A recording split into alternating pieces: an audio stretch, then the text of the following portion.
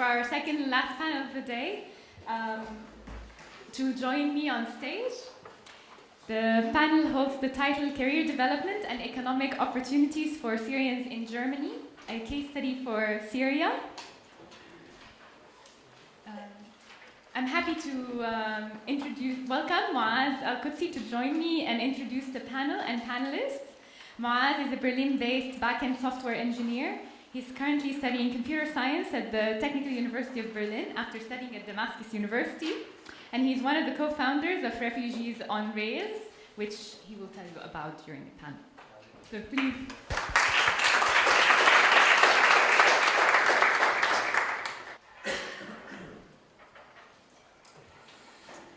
Good day, everyone. Welcome to the panel of career development and economic opportunities for Syrians in Germany. As everyone knows that seeking economic opportunities and getting to the market labor is one of the most challenges that newcomers are facing here. There's a lot of people who are like professionals, educated, have already studied in the university or already willing to study, and they are looking for a job. They are looking to get into the market. Therefore, we are aiming through this panel and with our guests to have a look of the potential opportunities. Seeing if there's models for job training and successful new ventures, which is whether piloted by NGOs or business sector or organizations, like business or governmental organizations. So we have our guests from all those fields, and we want to use their experience or benefit from it to get to know more about this topic.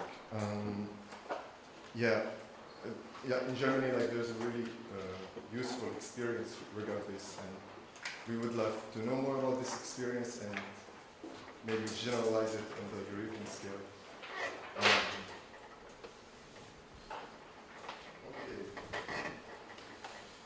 So first, I would like to. Sorry. Is it good, my voice? Can you hear me? Okay. First, I would like to introduce our speakers here. We have with us Dr. Anita Renusch. She's the head of the employment agency, the head of job finding. Sorry, just one second. For the employment for job seekers, for asylum seekers, in the Berlin Süd Employment Agency. She's responsible for the labor market integration of asylum seekers and their job replacement.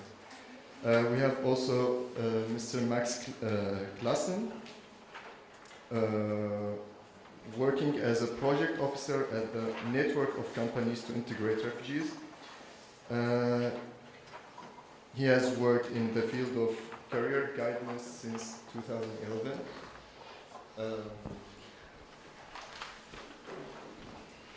Our next guest also Karl Liebich from Workeer. It's one of the first platforms which is concerned also on finding job for refugees, getting them into market. He's holding a bachelor degree in the sciences in business engineering from Karlsruhe University. We have also Mr. Jeroen, from travel writer, editor, working for Secretscapes, which is one of the platforms. It's not refugees related, but you have some work with refugees. My name is Mouaz Qudsi. I'm a software engineer, and I'm studying computer science at the Technical University of Berlin. I'm the founder of Refugees on Rails 2, which is an organization concerned in getting refugees and newcomers with mentors and volunteers and setting classes for them up. I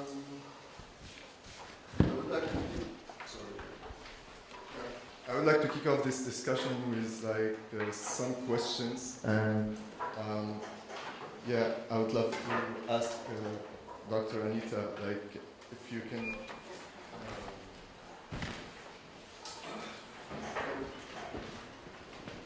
give us an overview,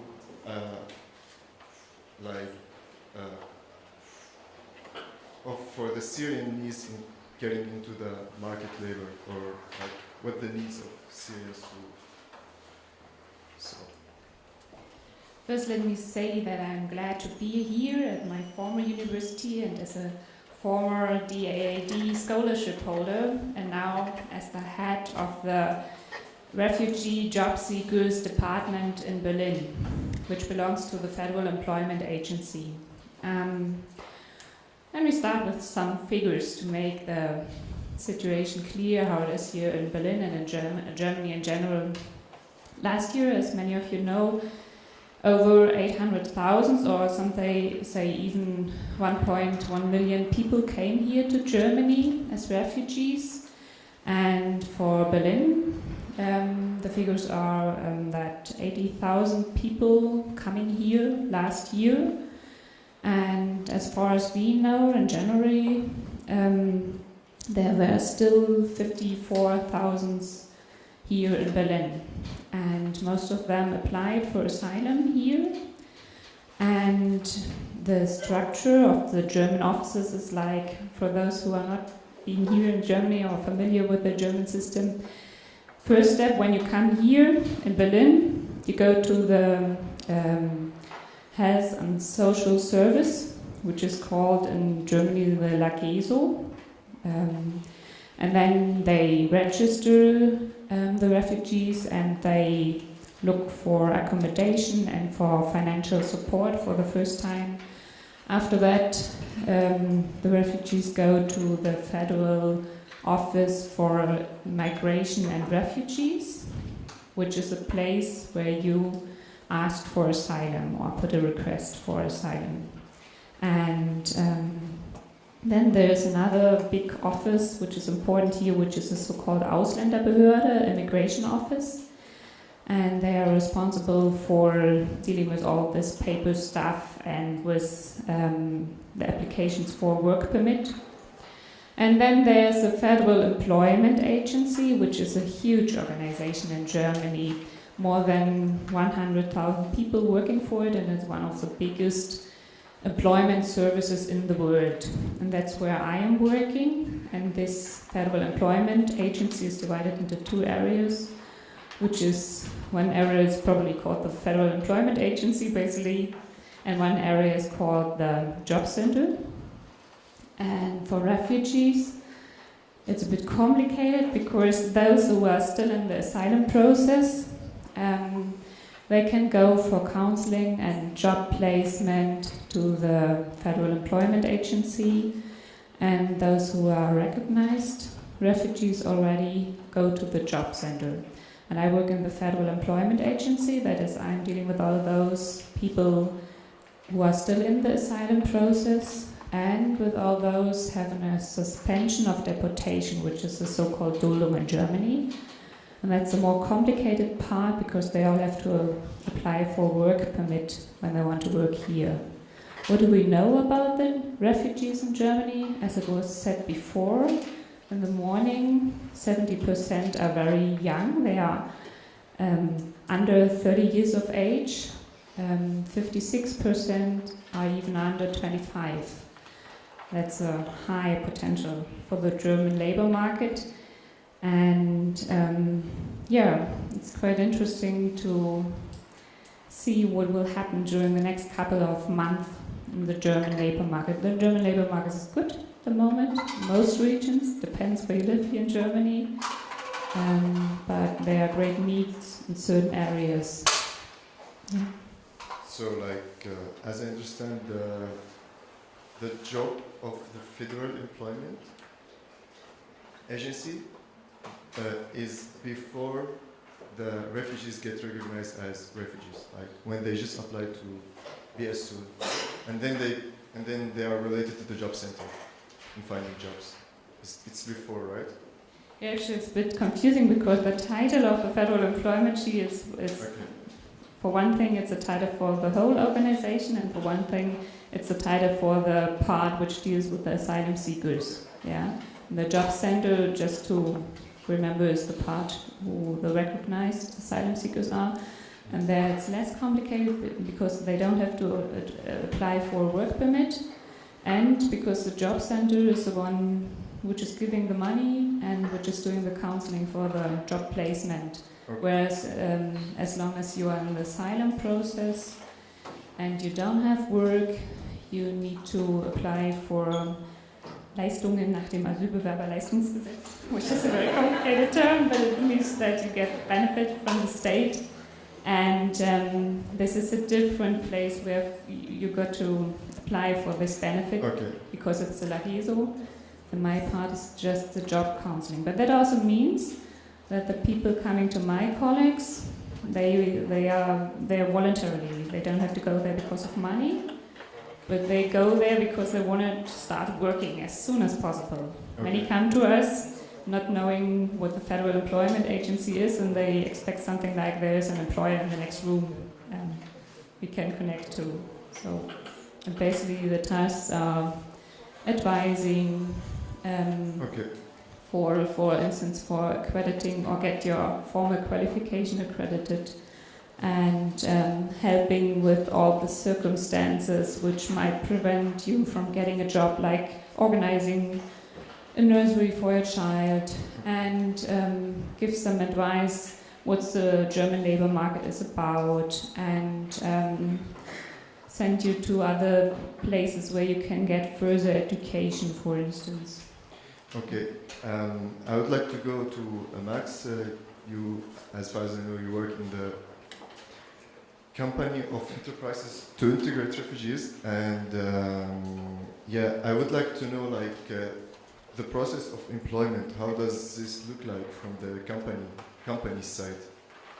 So just let me give a little background to my project, because the name Enterprise Integrating Refugees, that's the title, and it's funded by the German Association of Chambers of Commerce and Industries, which is the organization, or the self-organization of the commerce and industries in Germany. So it's sort of the parliament of the economy, and we have contact to the 79 departments throughout the territory of the Federal Republic, and so our network is the link between companies who work with refugees or who want to work with refugees to organizations, for example, as Ms. Renusch represents. So this is our network is exclusively for German enterprise, and there we have a special focus on small and medium enterprises. Let's say go into detail with that. It's enterprises with 5 employees or up to 500 or 2,000. This is just not to be confused with the very large enterprise in Germany like BMW. They are not part of our network, but the main economic force of Germany consists of these small and medium enterprises. So just to say what kind of enterprise we work with. Yes, I can relate to a lot of points you just made, especially the point of recognizing, for example, existing abilities. This is one, let's say, problem, but on the other hand, it's a good thing, because a lot of refugees come to Germany with abilities, with knowledge, and to integrate them into the companies have to get to know them. It's a little bit like in a relationship. The enterprise, in the first place, a little reluctant, because they have to give a little more effort to get to know someone intensely, and there's always a problem with the language. Just I go into a very specific example. I was last week at the German-Netherlandish border. That's my home region, and there's an enterprise. They produce special windows, for example, security windows, very thick. And the CEO of this enterprise was approached by her former teacher, who's working in a house in this city called Frieden, and he is with 25 Syrian refugees there. And this former teacher asked the CEO, hey, do you have some kind of an internship for someone perhaps? And then she came over to the house, made some interviews, or she just talked over a cup of coffee or tea with some of them. And then two said, yeah, I did the work you want me to do. May I come over? And then she said, yeah, okay, let's meet next week in our company. And now, this was, I think, 6 months ago, and now they are starting a proper apprenticeship on the 1st of August. So this is, I just said this to show you need to do it on a very low level, and that's the approach of our network. Show low-level approaches for refugees and companies, and to get to know each other. Also, like, we are lucky to have some guests. Our guest, Karl, like, who worked for Workeer. Like, we talked so much about like how it does look like from the company side, from the governmental point of view, and these bureaucratic things. But as you starting this project of like just getting the refugees or like the newcomers here to find, like, to help me find a job. Like, okay, I'm ready now to find a job, and how can I do it? So you have like such an experience with this, and I would like to know like what was the problem that you find, and what was the solutions that you think of offering? Yeah, hi, I'm Karl. I'm one of the founders of Workeer, and Workeer is a job platform especially aiming at the needs of refugees and newcomers. So we all saw or even experienced the pictures we saw in the video last year. So two students of communications design decided to use the tools and skills they learned during university to do something about that for their graduation project. So they looked at what the problems are and decided to create a job platform which is really like aiming at the needs of refugees, meaning like you can think of classic job platform but with profiles for applicants, which is not usual, for an easy and personal way to present themselves for newcomers, but also for companies to say, hey, I'm ready to hire a refugee as well, and I go look actively myself to find one. And also other parts, like it's designed mobile first because most incoming people don't have a desktop but a phone. And the language is kept quite simple so that the language barrier is lower. And the obstacles we faced are pretty much, I'd say, dividable into 3 groups, which is first like knowledge about the German labor market and the certifications you need to have to find a job. Language and culture, obviously. And last but not least, Ms. Renusch knows a little more about it. So you mentioned those 4 points. I'll come back to is the bureaucratic and legal problems and obstacles there are. So the knowledge about the German labor market is really like, it's different here than in Syria. Like, what can I do? Do I do like an internship, apprenticeship, mini job, proper job? Like, really, it's like so much opportunities out there, and like I wouldn't know what are the opportunities out there if I came here. Like, it's like so much and so different. And also, like it was mentioned earlier before, like, did I bring my papers, my documents, my qualifications? Are they comparable with the German system, education system? And really, how are my skills adapting to the German labor market. So would you tell me like how could we, for example, solve this problem of like I'm not really aware of the market labor. I don't know whether I have to do like internship. I have to do how could we solve this from your perspective? Well, there's a lot of education involved to really just show the people, hey, it's normal here to do an internship, or it's normal to do an apprenticeship. Like, in order to get a real job, you have to do an apprenticeship. Like, so it's just a lot of education and letting people know how it's working here in Germany. Mm-hmm. Okay. Yeah. And the legal and bureaucratic stuff is like a whole another topic. Ms. Renusch knows all about it. But also the culture, like how is the working environment different here than in Syria? Like what's the most important part, and also resentments of German people who that are out there. And that's why like there's a lot of organizations are getting involved now, like Workeer and many like NGOs who like work for refugees, like concerned to getting them into market. Like it's like kind of like building out a network.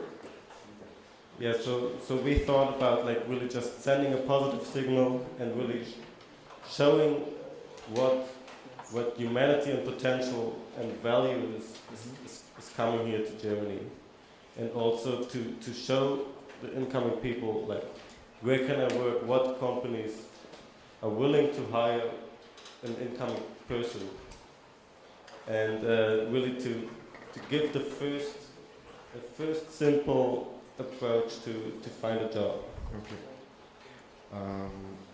Yeah, actually there's like not only organizations that work for refugees directly or dedicated to work for newcomers having some involvement. We have here like Jeroen from Secret Escape, and yeah, we would be happy to hear about your experience helping Syrians or newcomers finding a job. Yeah. Thanks very much. Thanks for having me today at this wonderful meeting. My name is Jeroen from Marle. I'm from the Netherlands. I work for a company that has nothing to do with refugees. Secret Escapes. Most Germans think that we're into some kind of dating system, dating website, but actually we sell luxury holidays. We have millions of members across the world. We offer them beautiful hotels, wonderful trips. We send them off on a holiday so that they can enjoy tropical palm beaches or city trips. I joined a year ago, and a year ago at the height of the refugee crisis, I was struck by that we were sending our clients to Pantelleria, to Lampedusa, to southern Italy, to Sicily, to the Turkish coasts, on luxury trips. And many people in this hall here were on a reverse trip, going from there to here, and having considerably more trouble doing so. Last summer at our company, our manager invited all the employees to pick a topic and to talk about it. And thanks to my wonderful fiancée here in the room, I picked the refugee crisis. And after that, there was a discussion in our office. What can we do? I mean, we can collect clothes, we can donate food and things like that. But there in Berlin, you've seen the response here. It's been massive. We would not really contribute in any meaningful way. So we sat down to think about what we can really do, which we are really specialists in.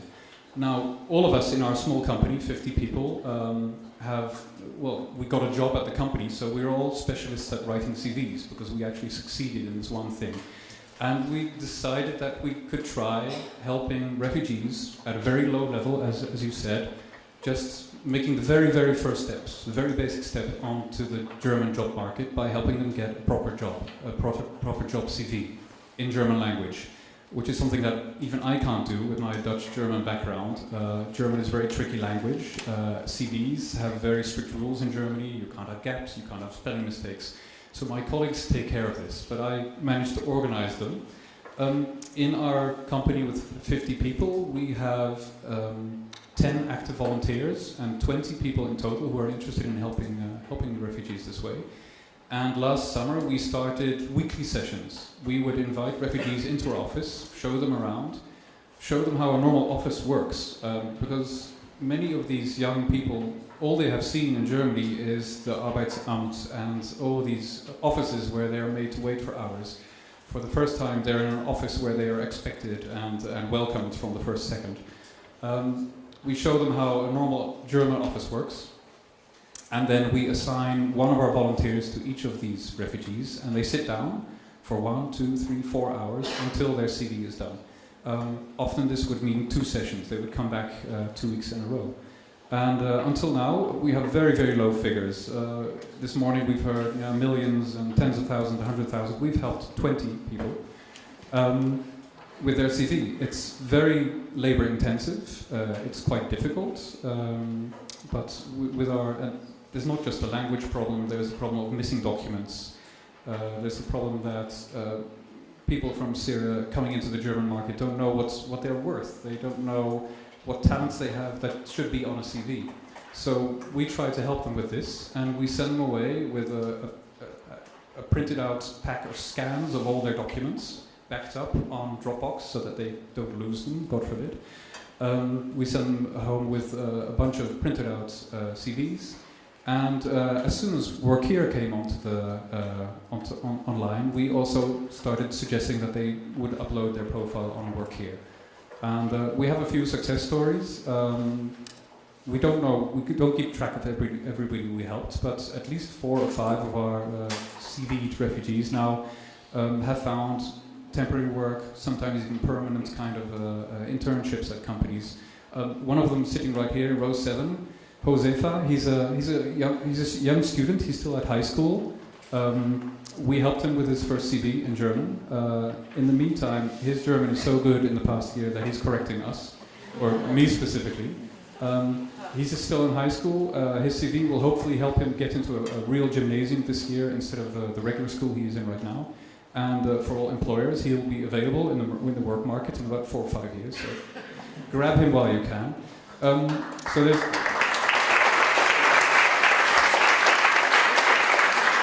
So on this very low level, we try to show them German working life, help them with the CV, and send them on their way. And after that, it's up to other people to take care. We've also actually employed one of our candidates, the very first candidate, but perhaps I should talk about that later.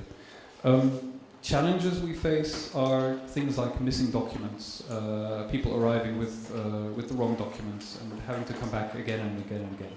But we do this every Wednesday. We're quite patient. We just ask them to return again and again. Apart from this, we also try to involve them in our office life. 5 or 6 of the candidates turned up for our Christmas party, and we all ended up making little biscuits and hanging decorations in the Christmas tree. To give these candidates that we have a human face in our company. And I think that the employees in our company for the first time realize what it is to be a refugee, what it is to arrive in a new country without anything at all. And I think in a very small way we are helping them fit into this society. And maybe one day they'll go home and do the same for others. Scratch here again. And it was a really hard message to bring to that man that he isn't offered a job as a businessman here immediately from the start. And actually I got the feeling that this man, he's still dreaming of going back into a couple of years, or really in a shorter period. And that makes it really, really hard to get an integration here or to integrate here socially and in the labor market. And also I think, that is not a problem for many Syrians because the applications for asylums get granted here 99% or something like that. But for instance, for many people coming from Afghanistan or Pakistan, they have a very unstable perspective, whether they are allowed to stay here or not. And it's really hard to make progress and to learn the language and go to school every day if you don't know whether you are allowed to stay here or not. It's quite difficult for them to...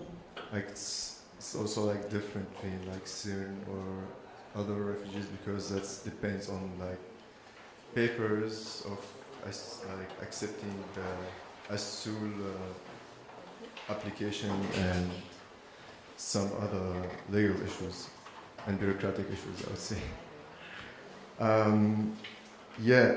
think we could have a space now for some questions to our guest, in case you have questions. Okay, does anyone can give the mic?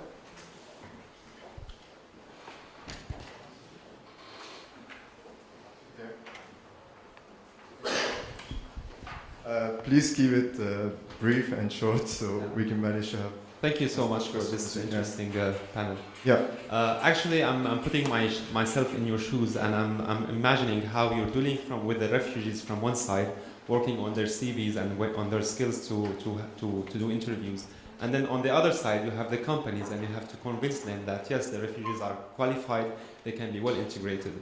So I'm wondering, what are the good examples or challenges that you have faced in making the companies accept and welcome those refugees? Part of the example I'm working on, I live in Montreal in Canada, and we're trying to convince the Quebec government in making subsidies for half of the salaries for the first 6 months for the companies that are recruiting refugees. Such a program already exists for immigrants in general once the immigrant is qualified. Now we're trying to specialize this program for the Syrian refugees. So I'm sure with Germany, with the hospitality that it shows the world, it has already passed some steps in that. So if you can share with us such an example, it will be appreciated. Yeah. Go ahead, Mr. Max. I think Ms. Renusch wants to answer too, but I go quickly ahead. You said subsidies for jobs for refugees. What I heard of a lot of CEOs, they said, I don't want to have so much bureaucratic work, so and I want to pay him all by myself, especially if he starts a new TVET education career, for example, in a manufacturing sector. The CEOs say, no, this is an employee of my enterprise, and I don't want to have it in any way subsidized because it's my employee. They make them part of their company. And this is very much coming from the CEO himself. He's the owner of the company, of course. I'm talking about an enterprise with 120 employees for this time. But this is a statement a lot of them gave. So in this case, I think they are a little arrogant maybe, but the CEOs say, we want to employ them as part of our company. Yeah, I have maybe something. Okay, go ahead, Dr. Renusch. I want to add that there are means of financial support for the companies in Germany. You can apply for something called Eingliederungszuschuss in Germany. I don't know how to translate that. But it's financial support for the companies if they want to fund, for instance, additional language courses when they hired someone whose German is okay but could be better, for instance. And what we made good experience with is that the counseling process at the moment must be very comprehensive, because the companies, they are interested, but as Max Klasen said, they are not interested in dealing all this paperwork and dealing with all the offices. So my organization has a special expert team, for instance, in Berlin, just for dealing with the employers who want to hire refugees. And when they meet first with the head or with the HR people, then they try to clarify just the regulatory framework, because it's very complicated in Germany at the moment, and then to make it more simple from the perspective of the employer. So that's just not there, oh, it's so complicated, but that there's somebody they could ask and who helps during the process of getting a work permit, for instance. And then it's also very important, I think, to get a cultural awareness in the company, not only for the head and for HR people, but in the staff. There where the refugee has to work, because if you don't do that, then after a couple of months it will crash. So that was our experience during the last weeks. And if I may add, another thing is that it's very important that there are capabilities and viable employment options for the refugees in that company. At the moment, many companies offer internships, which is good to get some working experiences here in Germany. But as I understand, the question was how to convince those companies to get the refugees. And as I understand, Yeah. some. And I think that if you offer a counseling which deals with all these questions, and offers solutions, if the company is not alone to answer all these questions. Yeah, maybe part I of can the add process. something. Like, for example, Jeroen experience that was like, he said like, we established a contact with some people newly coming to Germany. We showed them the office. I guess like those people also like get in touch with the company members, because like a lot of people here like they just heard about refugees but they're not in a direct contact. So like such kind of like taking a movement toward this is really good. And that's like there's a lot of organizations like working on these things. Like also like the organization that I'm working with, like also we're getting the people who want to be volunteers. We're finding like working space, like to give the students courses, coding courses. Those courses are taking place in also like different startups and different big companies. Like they offered us those places because they knew what you're working on, like Amazon or like different companies. So I think the important thing that also like getting people in contact together, so that you can maybe like getting to know them, like what's really going on. Maybe we can take another question. We prefer to take it from this side this time. So I think it's really far. The lady behind.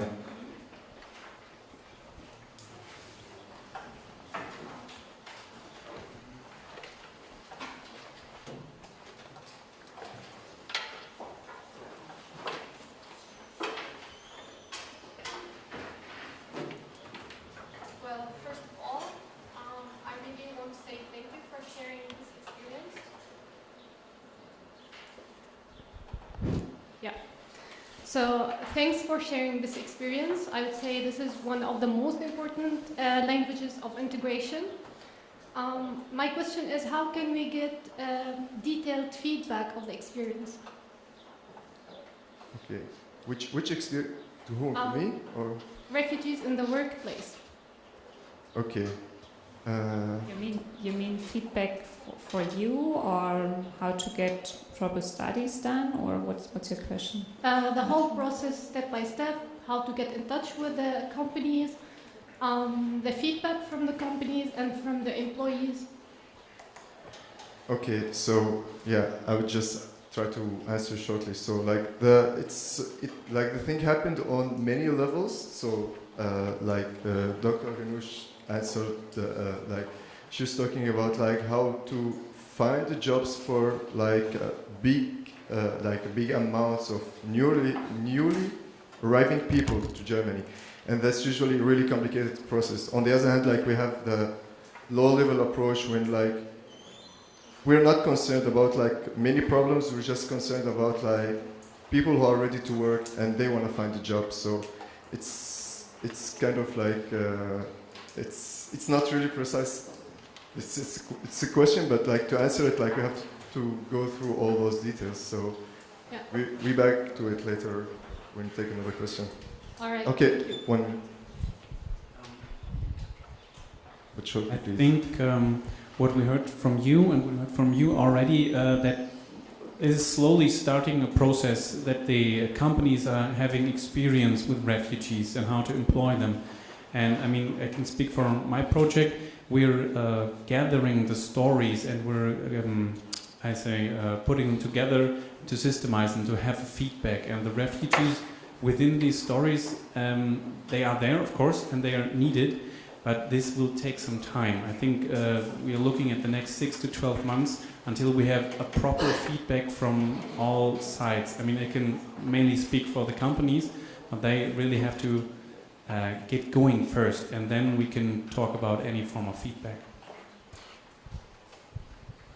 I'm still not sure whether I got your question right, but for instance, my federal employment agency, we have a newsletter listing success stories and also listing profiles of further job seekers, just to encourage the employers and just to get an impression how big is the spectrum of refugees.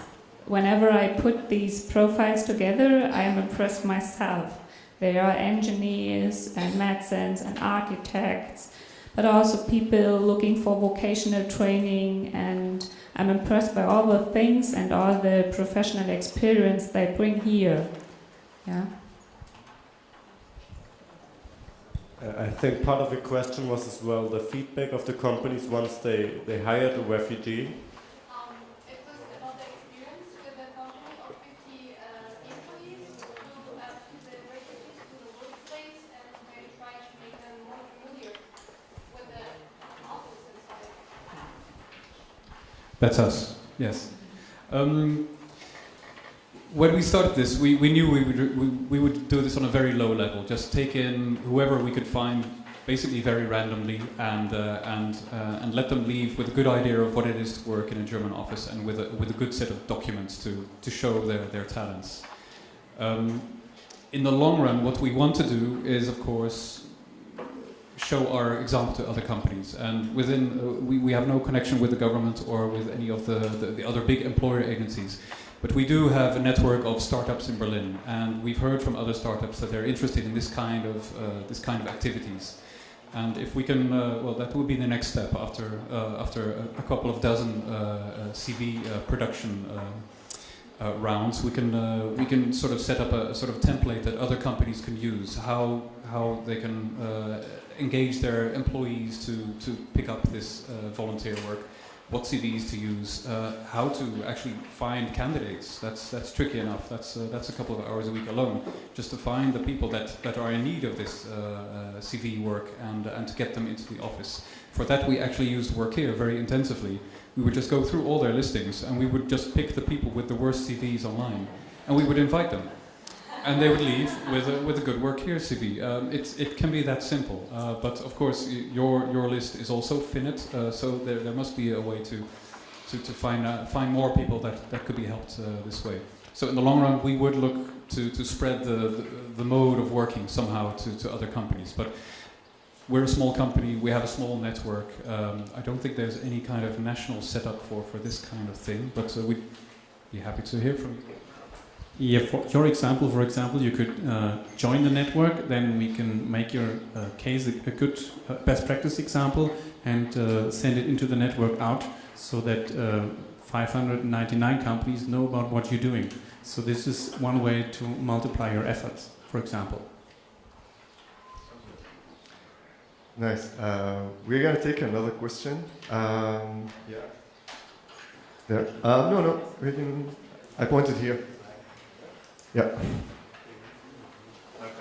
Thank you. Hello. Oh. A bit like not Too close. Okay. I have two questions related to each other. So, what is exactly the source of problems with employing refugees? Is it just because they are refugees and companies don't like that label, or is it the actual skills, like language skills, or the actual skills that they have? And the second question is, it's related, is when do a refugee stop being a refugee? Like, what if a refugee, is it just a label that will stay with them all their life long? Or if I find a job and start working, then I'm not a refugee anymore. I don't have to be ashamed of that anymore, or I don't know, to be disadvantaged. As for the second question, it was one of our first discussion points. What do we call these people in our office, these humans, yeah? We decide for candidates. We're not too fond of the word refugees. Candidates. There are people with potential and who need to be given a little push to get into the right direction. But I think the others can. It's a very good question, I think. The part of that organization I work in comes into place at a very early stage when the refugees arrive here. We have even colleagues directly into the premise or in the premise of the Federal Office for Migration and Refugees. And there the refugees come a day or so after they arrived here in Germany, after having a long journey, sometimes about several months or so. And then my colleagues ask them, oh, what have you done so far, and what do you want to do here in Germany? This is on the first day or the second day. But I think it's very important that they don't just go to the offices, register, say, I'm here, I'm in need of social benefit, but also that there's someone asking, what have you done, and what do you want to do here? What's your share? And I think during these first couple of months, the refugees, for instance, are obliged to live in a so-called reception center, which sometimes is in gyms, which sometimes is another place or hostels or something like that. During that time, it's quite difficult, for instance, to go to a language course and to be aware and fresh every morning when you have to share your room, for instance, with 500 other people. And also the living circumstances during the first couple of months, health issues, financial issues, the personal situation, and living arrangements has a great impact on how these people feel and whether they are able to concentrate on looking for a job here. Because don't forget that many people, they don't come here as a kind of a venture, but they have strong reasons and they have no alternatives than leaving their country. And my organization is in charge of dealing not only with the high potentials. This is a different from a couple of years here. Many people came here, they had university degrees. People coming from Syria had university degrees, and the high potential, there were more high potentials among them. During the last years, the whole average of the people came here. People having no school degree, people having a school degree, people having to have stopped university, and it depends in each individual case what the personal circumstances are. And all of you have managed to learn another language now, and you know that it's different from one person to another how fast you are learning a language. And it's also different how fast you are, or the pace of the social integration is different. Some people manage to deal with the offices, for instance, quite quickly, or to use the public transport, or find their lovely bakery they want to go to, or I don't know, that's different from one person to another. And I would say there are people who go to 3 different language courses at the same time, for instance. They have a very high pace of social and language integration. And they start losing this refugee status quite quickly. Yeah, but there are other people who have all these points which we connect with refugees, or I think the refugees themselves connect with their status as refugees too. They lose it they don't lose it fast, let's say it that way. And also the question of bringing diplomas or degrees here, I found it quite impressive when Vincent in his lightning talk asked who would bring a diploma here. And most of the people, that's my experience, don't bring a diploma here. And that's also a difference to the Germans in the job market. It's very important here to have vocational training and a degree and a proper diploma and so on. So, first of all, I'd like to say that I don't believe anybody should be ashamed to be a refugee. It's quite an accomplishment to manage such an escape and to master the challenges. He just asked about the labeling, he said just and labeling. The root of the problem of the integration into the labor market, I believe, is just a lot of uncertainty about can I hire a refugee? Is he capable of doing the job? And the other way around as well. Is this company suiting me well? Is this job really what helps me to fulfill my dreams? And I mean, in Germany we always have like this belief that a refugee like should take whatever job he could get. But I mean, if we go to another country, like we don't want to do like just something, but we want to really accomplish something and really do what we like to do and what we feel like we're capable of doing. So I believe it's just a lot of uncertainty on both sides.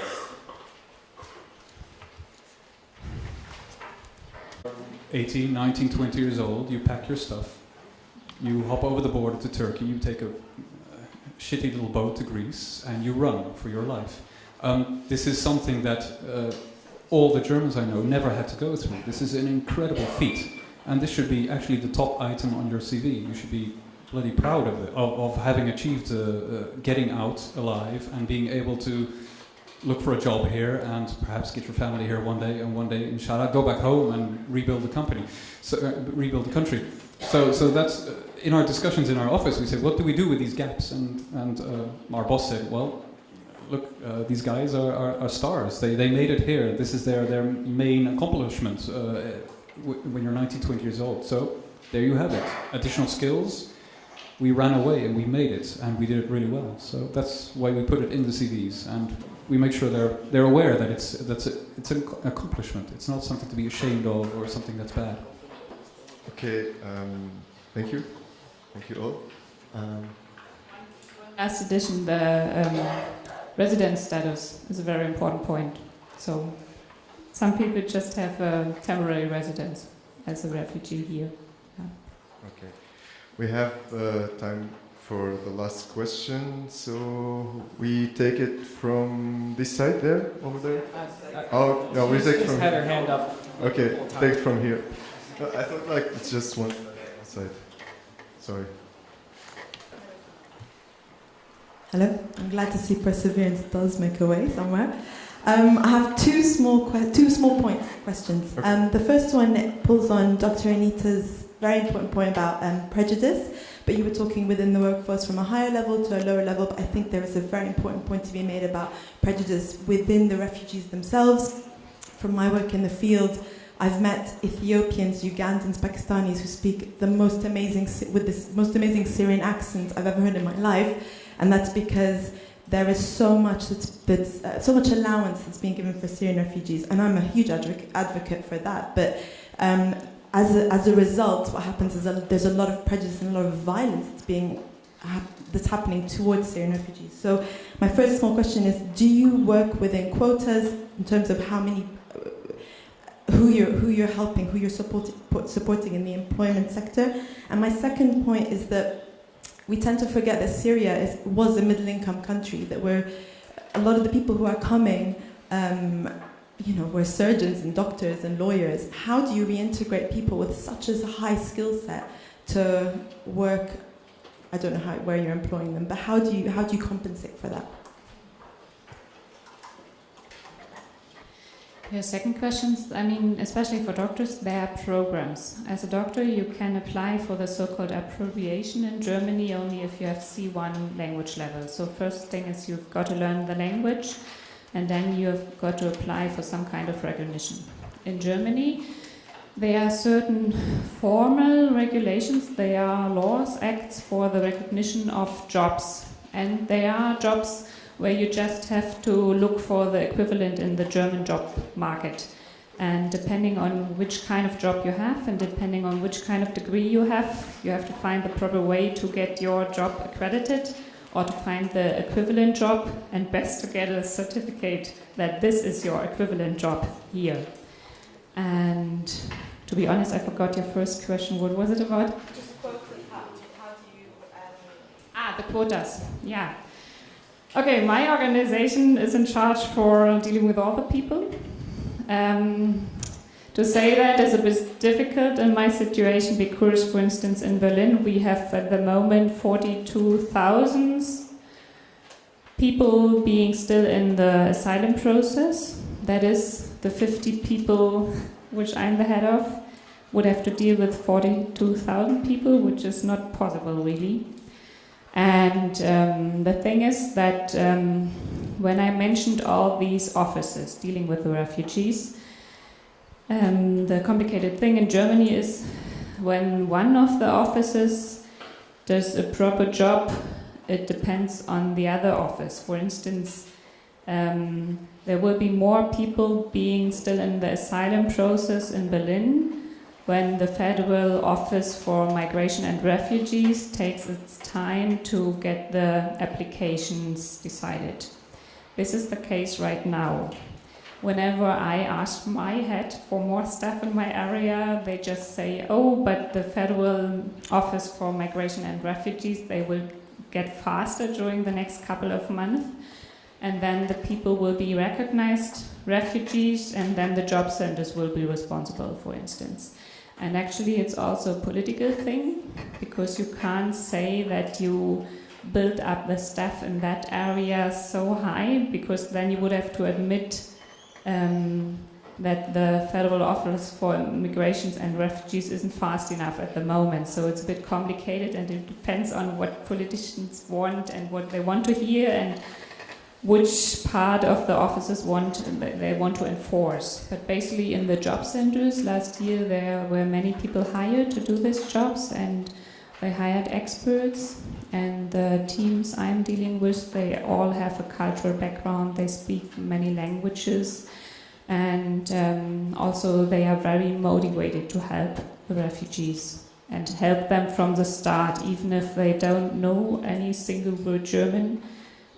But getting the process of integration into the labor market started as soon as possible. Okay, thanks.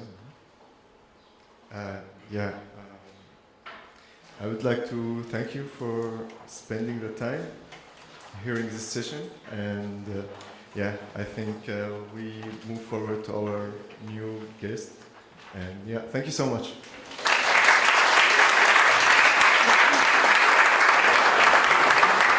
Thank you to all of our speakers for sharing your experience and wealth of knowledge with us.